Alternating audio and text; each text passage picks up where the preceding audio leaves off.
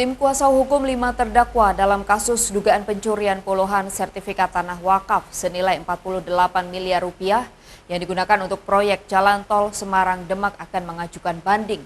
Pihaknya mengklaim bahwa dalam perkara ini kerugian seperti yang dituduhkan terhadap kliennya sama sekali tidak terbukti.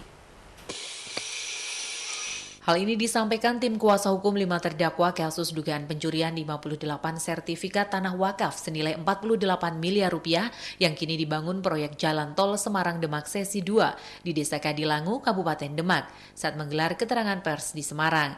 Ketua Tim Kuasa Hukum Bagas Sarsito mengatakan saat ini pihaknya masih mencari keadilan dengan mengajukan banding terhadap putusan Pengadilan Negeri Demak. Upaya banding ini akan dilakukan dengan menguraikan beberapa fakta dan bukti di persidangan, termasuk pelepasan 3 sertifikat tanah dan 1 bidang tanah yang belum bersertifikat yang ganti ruginya masuk ke Yayasan Sunan Kalijaga. Pihaknya mengklaim bahwa dalam perkara ini kerugian sebesar 48 miliar rupiah seperti yang dituduhkan terhadap kliennya sama sekali tidak terbukti. Kami hanya ingin satu keadilan.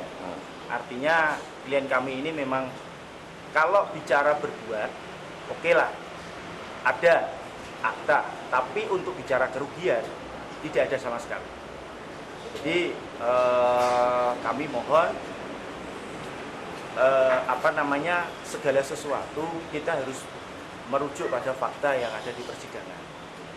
Jadi kami hanya penegasan terhadap oknum-oknum, ya kan, siapapun itu, janganlah berstatement yang tidak sesuai fakta.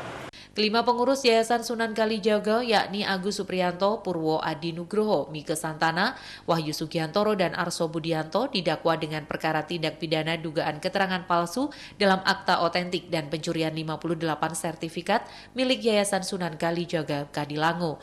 Kasus ini muncul usai pembangunan proyek jalan tol Semarang-Demak seksi 2 yang dibangun di atas tanah wakaf Sunan Kalijaga di Desa Kadilangu, Demak. Dari Semarang, Kristadi, Tim Ayu News melaporkan.